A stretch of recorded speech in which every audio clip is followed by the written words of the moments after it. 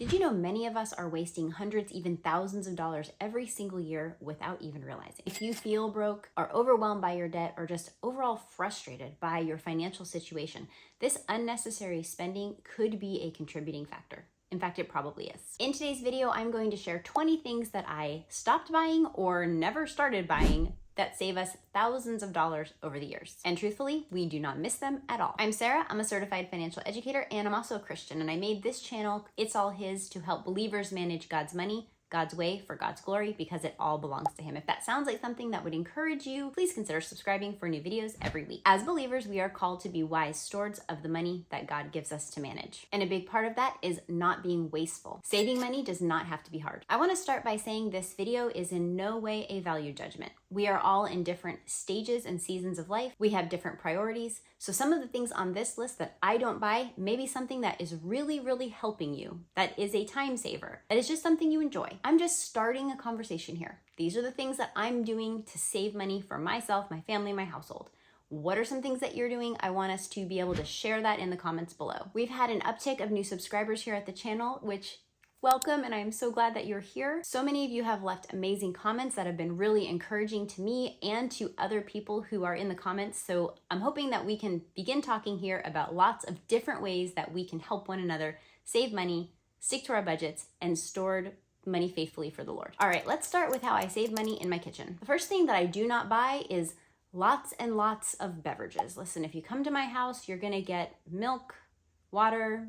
There'll probably be some orange juice in the fridge for my husband. Occasionally some sparkling water, but you will not find a refrigerator in the garage just full of all the different beverages. We're a simple beverage kind of family. If it's a special occasion, I'll grab something different, but for the most part, you know, we're drinking water.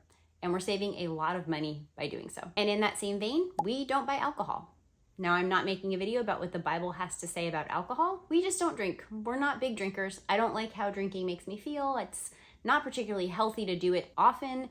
And I mean, I'll occasionally have a cocktail on vacation or a glass of wine at a special occasion, but buying alcohol as a regular bottom line part of my budget, just not gonna happen, and it saves a lot of money. Another thing that I have thought about and priced, and it just never seems to make sense for my family and my lifestyle, are any of those meal planning kits. You know, the ones that come all pre-packaged with an amazing restaurant quality meal and you just put it together really quickly. I know a lot of people love those. There are many different varieties out there. It's just never gonna work for my family and our situation. And for me, I'm a stay-at-home homeschool mom that now has a small YouTube channel. I have time to cook for my family, and I like to cook for my family. And I find that if I do it, I'm gonna make things that we all like, and I'm gonna still save money even on top of those meal preparation kits. So I don't even entertain that. It's just never gonna be something that's in my budget. The next thing I do not buy, and it's hard sometimes because influencers make them look so cool, is all of the doohickey fad gadgets that you need that kind of just do like one job in your kitchen. You know what I'm talking about, right? If you're on an Instagram reel or TikTok, you're seeing the coolest thing that does this one job and you never knew you needed that cool thing, but you really probably don't. If you've gotten by this long without it, you probably don't need that thing. And we all know how quickly our drawers can get stuffed with kitchen gadgets that we hardly ever use. That stuff just keeps piling up, and it seems like the new fangled thing that you need, there's just a never-ending list of them. The reality is all of us could probably pare down our kitchens even as it stands today without buying another single gadget. I am thinking of a wine bottle stopper that was a wedding favor at a wedding for a friend in 2009. I still have this thing. I just told you I don't even buy wine. Why do I still have this thing? I probably need to go through my own kitchen when I'm done filming this video. And another thing that I do not do to save money in my kitchen is I don't go into the grocery store unnecessarily. I try to menu plan and go to the store 4 times a month, once a week. I do 2 large shopping trips and then 2 smaller ones for things like milk or some fruit, things that we've run out of. Because I menu plan, I know exactly what I need. And for me, I mostly do grocery pickup and some grocery delivery, so I don't even have to go into the stores, which is wonderful. But it also saves me a ton of money because I stick to my list and I'm saving on all of the impulse shopping that can happen when you're walking through the store and you see the thing that you don't really need, but you're like, ooh, we should try that. A wonderful way that I save money in the kitchen is I limit my trips to the store. If you're not sure what you're making because you don't have a menu plan, you're gonna go into the store, you're gonna try to figure it out. You're probably not gonna be buying something that's on special, or getting the best deal, and I'm sure you're throwing some extra items into the cart. This is gonna hit your grocery budget pretty hard over time. So I would highly recommend less trips into the store, save yourself a ton of money. All right, let's move on to how I save money in my home. All right, the first one is it's a little silly, but it's just a rule that we have. I love to garden. I love planting flowers. In fact, this week I just went to the garden center and got all of my containers planted in my garden, planted for the season. And my husband knows that I have a rule that I do not ever want him to buy me cut flowers for the house. I much prefer that we spend the money on flowers that have roots that are gonna grow and that will produce more flowers that I can enjoy all season long. In doing this, I'm able to have multiple vases of cut flowers all throughout my house for a good chunk of the year because I can cut things from the gardens around our home. Now, I know this isn't gonna work for everybody. If my husband brought me home a bouquet of flowers, I wouldn't be like mad at him. It's just he knows that that isn't necessarily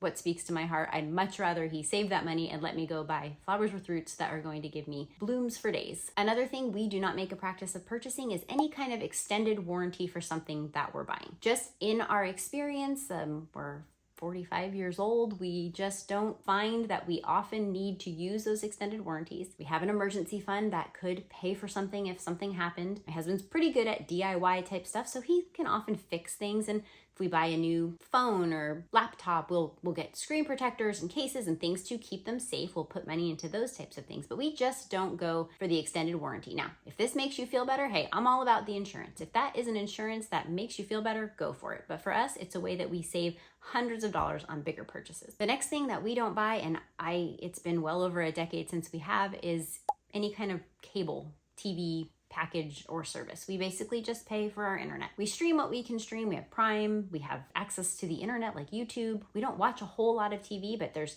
things like Tubi and Freevee where with some ads you can get some free streaming if there's something you want to watch on there. So we don't spend money at all on cable. We haven't forever. We cut the cord a long time ago. We're never going back. Okay, this next one might seem almost heretical as a homeschool mom, but I do not like to spend money and keep a lot of books in my house. Now, I have some books, obviously, and if I really love a book, I will buy a book, particularly theology, where I'm supporting a particular author. I'll buy those books, but I do not like to have just shelves and shelves of books in my house. And if you do, awesome. I wish I had a house where I had room for that, but I'm not a clutter person, and so just accumulating a ton of books over time isn't gonna work for me. So that is something I just don't spend money on. I take advantage of, I love audiobooks. They're just easier for me to get more reading done that way in my life. And I love Hoopla. It's linked to my local library and I'm able to get all kinds of audiobooks for free and read a ton that way. So if you don't like clutter and you don't want to store 11 billion books in your house, you're not alone. And if you have amazing bookshelves, I'm a little bit jealous. But it's just not for me. Not buying books, magazines, those types of things, great way to save some money. As I said earlier, we are DIYers. We like to take care of a lot of stuff ourselves. That means we don't pay somebody to mow our yards. We don't pay somebody or pay for a membership to a car wash. We take care of our own bug service because my husband has figured out that we're able to do that effectively. There's a lot of things like that that people pay for monthly, and they might make perfect sense for you, but for us, we figured out that we can do a lot of those things ourselves. Now, that's where we're at right now. That might not always be the case, and that might be an area that we have to start spending some money on. Where might you be able to not pay for a service and do something yourself to save some money long term? The last one in this section isn't really in the home, but we do not spend money on storage units. I live in a place where it seems like a new beautiful storage unit building is going up every other week. Clearly, there is a need for people to have so much stuff that they have to store it outside of their home. And listen, I'm not talking to you if you're living between houses or you're in the middle of a move. That makes a lot of sense. You need to have a place to put your stuff if you can't put it in your house. I'm talking about the people who have a storage unit full of stuff they just haven't even looked at in a long time, that probably a lot of it can go. This is a big expense and it's something that adds up over time. So again, I'm no minimalist, but is there a way you can go through that stuff and figure out what you really need to keep? Maybe you can sell some, and if you're dealing with debt, that could be a great way to throw some extra money at your debt or on your mortgage or into your investment accounts. Maybe you can pare that down and minimalize a little bit so that what you do have can be stored in your current home or apartment so you don't have to pay for that offsite storage. Just something to think about as a way to save money. I just think that self-storage fees have become a really regular bill for a lot of people, and they can be pretty expensive. So just a suggestion. Now let's talk about how I save money in my closet. I have shared this before, but I am not a believer in fast fashion and buying all the trends. I would much rather buy nicer quality pieces, less of them, and things that are a little bit more timeless, things that will mix and match. I mean, I'm a neutral Nancy. If you go back and look at some of my videos, you're probably going to see me in a gray shirt, a white shirt, a black shirt. I mean, but it all goes together. So it makes getting dressed just really super easy every day. And in line with this, I also have started, and this is kind of a new way of thinking for me, I'm no longer going to buy one-off special occasion outfits or dresses. I have seen this one dress that I bought for my husband's work Christmas party like 6 years ago just sit there. I've never had a need to wear it again. It just never fits with anything else I'm going to. So from now on, I am going to purchase, if I need something for an event, I'm going to make sure that I can get more use out of it. I'm going to make sure that it will work for multiple seasons where I live and that it's just something that will be appropriate for a couple of events or occasions. So a great example is the dress I bought last year for my son's high school graduation. I have since worn that dress to a wedding. I've worn it to church. I've worn it on date nights, and it's something that I can keep wearing, and I feel okay about that purchase because it's not just going to sit there and never get worn again. I also definitely avoid going after trendy accessories. Every year, if you follow any fashion bloggers on the social medias, they're gonna tell you, this year you need raffia this bag and these special shoes are what's in, and it's fine. Like, fashion can be really, really fun, and it isn't okay to spend a little money on one or two trendy pieces here just to kind of stay updated. If that's you and you love it, go for it. For me though, I've just decided that when it comes to bags or jewelry, I'm just not gonna spend a lot on those things. I would rather just have some special pieces that are a little more minimal, kind of go with everything, and are a little bit more timeless. That just works for me, for my neutral Nancy style. It can be a way to see, am I spending a lot of money every year chasing after these trends? And if I am, should I be doing it as much as I am? Maybe a couple things here and there just for fun. But how much of my closet and my drawers, or maybe my storage unit, is just full of clothes I haven't worn in forever, or things that aren't even trendy anymore and I'm maybe hoping it's gonna come back? Every year we could all benefit from just doing a go through of all of our things, seeing what we can toss, seeing what we never wear, and just paring it down. It just makes everything less cluttered, less stressful, less overwhelming, and overall, you're gonna save so much money. All right, so in general, lifestyle, kind of miscellaneous, there's some other ways that we save, and one of those ways is something I made a video on. I will put a card up here. We don't buy new cars. I think they are a huge wealth killer. We buy used cars that we can pay cash for, and then we do not have car payments. This is a way that we save thousands upon thousands of dollars every single year, not only on the car itself, but also on the insurance that we have to carry on the car. One way that you can save a lot of money that we do is just no new cars. We also do not spend money on any kind of gambling, lottery tickets, anything like that. Don't find that to be a wise stewardship practice.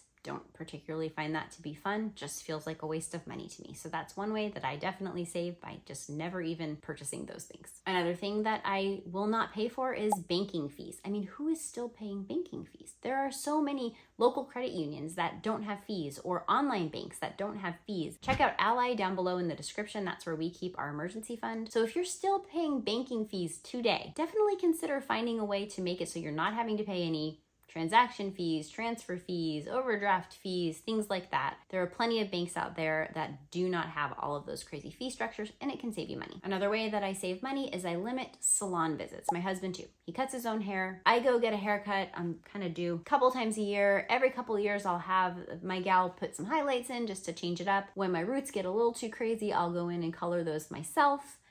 I use my favorite nails, Color Street nails, instead of going to the salon all the time because I hate going to get manicures. What things can you DIY? I mean, I used to go get my eyebrows waxed or threaded, and now I just pluck them myself. Where can you limit all of those salon visits? Because they really do add up. And again, they're not wrong. I used to go to all of those things a lot more than I do now, but I find that I'm still able to maintain things how I want to without spending all of that money. It saves a ton over time. Another thing that we don't buy is just lots of subscriptions. And I'm not just talking about your online subscriptions and your streaming subscriptions and your app service subscriptions, but also things like the meal kits or box subscriptions. There are so many different things that you can have on a regular rotating bill on your card and not even realize that you have them. And they can be costing you hundreds of dollars every single month. So where can you pare back your subscriptions to save yourself a bunch of money? And finally, the last thing I do not spend money on is a gym membership. Now, no hate. If you love the gym and you have an amazing time there, that's great.